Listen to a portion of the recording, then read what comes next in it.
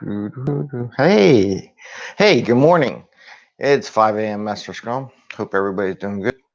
About 5:30. I was trying to figure out what to say today. That's Wednesday. I guess I got the post Labor Day uh, holiday thing going on here. Um, got a 6 a.m. playbook session with people overseas, so it's good to doing this 5 a.m. Mester Scrum because I'm awake and moving and everything like that. So that's good. And it's 5 a.m. Mester Scrum. Please like and subscribe to us. Should be on the Google podcast very soon. Waiting for iTunes to come back and say whether we're in anything. We're on Spotify. We're on LinkedIn, Twitter, Facebook, Instagram. What am I missing? I don't know. All of them. So the major 5 houses, so we're on there. And we're talking about Agile and Scrum. I'm Greg Mester, you're a Scrum Master or an Agile coach, just sharing information. I got this giant eraser because today is the start of school days for my kids, and just thinking about this giant eraser. Having a giant one in Agile and Scrum is kind of similar, where you make a lot of mistakes, but you can erase them by the next sprint. So I just thought this was interesting. I was sitting on the desk because my kids were trying to catch up on all their summer assignments that they didn't do before school starts. So it's been a little hectic around the house. Anyway, big eraser, make lots of mistakes, but we can erase them and they don't really hurt you. But we do it a lot, right? That's the idea behind Agile is you make some mistakes, you figure out what you want, you make tweaks to it, you make little eraser marks and you move on. And with that, I want to talk about two subjects today. One, I want to talk about backlog priority management. There are a few ceremonies in Scrum, and you have your sprint planning, right? You have your daily Scrum, you have your retrospective, and you have your review. A lot of other places will add a sprint refine or backlog refinement session. Okay, so there's like 5 typically. I think they were talking about making that one a 5th one, but I don't know if it ever came to be solid or not. And what I like to add is something different. I actually have a backlog priority meeting. It's only 30 minutes once a week. And the reason why I do that is that we're working so hard on refining stories, writing stories. But one I see, and the biggest one of the problems with teams and product owners and business analysts and the group of people that do that is the prioritization of what work comes next. And I don't want it to be a long meeting. I want it to be a short meeting. It could be less than 30 minutes. It just depends on how good and how well prioritized the work is. But even the people said they don't need it. I found more people who don't set the time aside, and I create a half-hour session once a week just to prioritize the work. And or it could be once, like if you have a 2-week sprint. If you have a 2-week sprint, I usually do it twice in the sprint. You can do it once. If you start your sprints on a Monday, you should do a priority session like on a Friday, and then the next Friday you close everything out. And what I use that prioritization session is for 2 things. 1, prioritize the work, and 2, see if there's any hot work that came in that may need to get addressed, or hot priorities that may need to be addressed halfway in the sprint and not wait until the end in the last day, but just to check with management, see if there's anything there. The reason why, because it does happen, right? We're reality based, and we're trying to be open and truthful and agile, and not like, oh no, it never happens. It does happen. But it also instills in the idea of the product owner to groom the backlog, right? By prioritizing the work and looking in the next sprint and maybe prioritizing, it should be really fast. It's like, what work is this work in the sprint still the proper priority? Is there other things that need to come into it? Is there something that needs to change based on feedback you've been getting from the team? And what I would do in that priority session, I would include a couple key people, definitely a product owner, scrum master. So as a Scrum Master, I would actually sit down with my product owner a lot of times and force them to prioritize what work is next.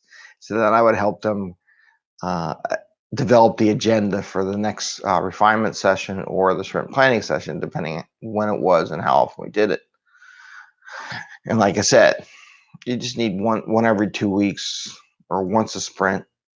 Usually halfway in the sprint, do a prioritization session just to make sure the stories are prioritized correctly. If you have a technical lead on your team, I usually include them into the aspect of it, and definitely a business analyst.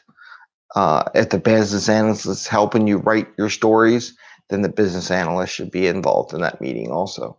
And again, it's just to prioritize the order of the stories. And the reason why you want to do that is that all the systems look at the priority in the databases, whether it be VSTS, Jira, Rally, any one of those systems, Azure, whatever you have, that priority of the stories and features and epics does dictate what shows up on everybody's radar from a development perspective.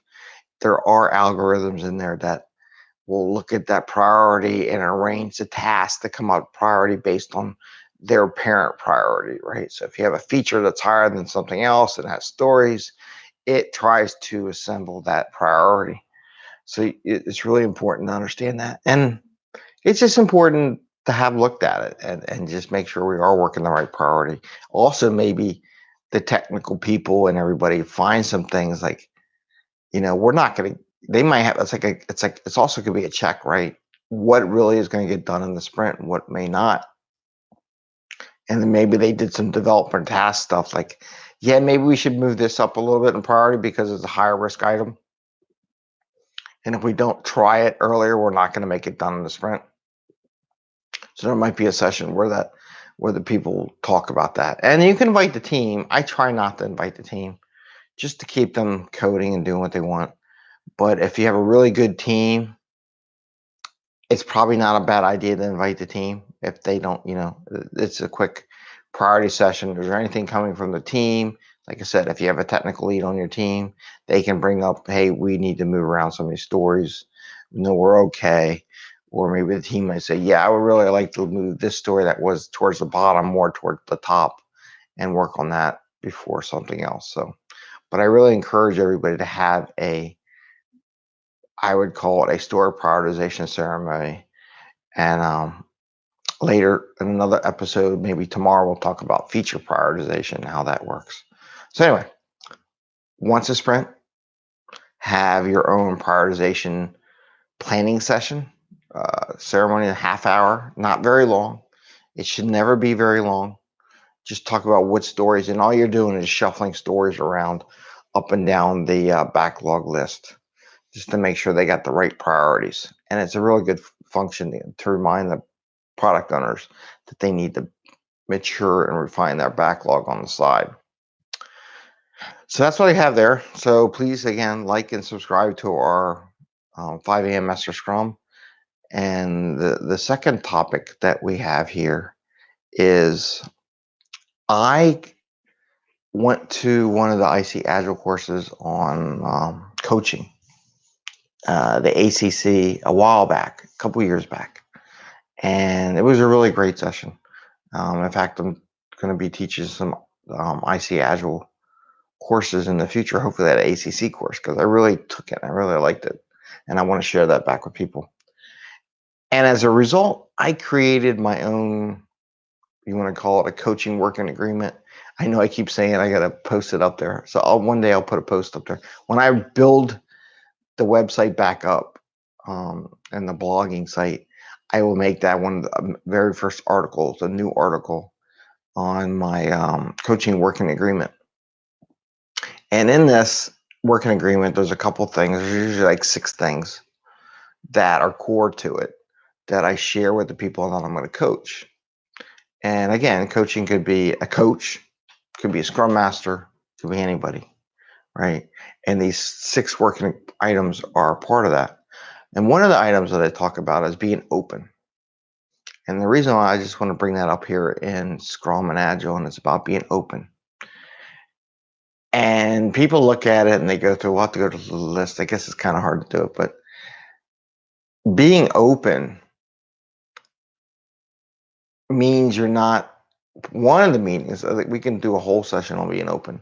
One of the options, I'm just talk one, being open to being wrong, right? And being open to just shutting your mouth and just listening to other people, you know, for them to give you advice as a coach. And maybe that's why I bring up the big eraser, right? You got to be open to making mistakes. And we will have different sessions talk about what this open means in this thing. But one of the things is that you as a coach have to be open for feedback from the people who are talking to you.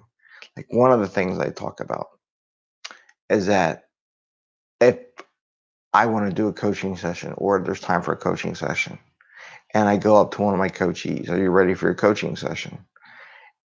I have to be open for them to say no and not take it like, oh my God, what do you do? Do you want to do a coaching session? Now, if they say I don't want to be coached for the next couple of months, this is another story. But if at that point, maybe they got a hot thing going on, busy, just lots of stuff coming at them, and you have to be observant and say, what's going on that you're so busy, right? And you just don't want to claim, like I see coaches that will schedule things during lunch period. I'm like, why? It's their lunch, leave them alone, or they'll try to like squeeze in. You only have a half hour in this day or 15 minutes. So I'm going to squeeze it into that little 15-minute window on your calendar and we're going to have a coaching session. Look, sometimes you got to be open to saying the person you're going to coach is going to say, no, I'm not ready. And then you might ask them, when would you be ready? Right. But you have to be open for them to say no and having a meeting with you. Right. So that's one aspect to open, and we'll do a couple discussions about various other aspects of being open. What does that really mean? But in this case, open means open for somebody else saying no to your schedule and asking for another time, or you have to come back, and not taking it personal, not taking it as a gig against somebody, but being open and, okay, fine, it's good. Is there any time you'd like us to meet? Maybe later at 3 or tomorrow morning or Wednesday later in the week would be fine. So you have to be open as a coach to take that. So at that, those are the two topics. It's 5 a.m. Mester Scrum. I hope you're enjoying the sessions. I'm going to try to put it up in the podcast and stuff like that. It might come out a little bit later. Trying to figure out how all this stuff works. And please like and subscribe. Tell your friends. We're on LinkedIn. And please share, because hit the little bell and we'll get out there. And you have a great day. It is the middle of the week after a holiday, so it's a short week. So we got Wednesday, Thursday, Friday. We got 3 more days, but we're halfway through. And you have an awesome day and happy scrumming. Enjoy. Bye.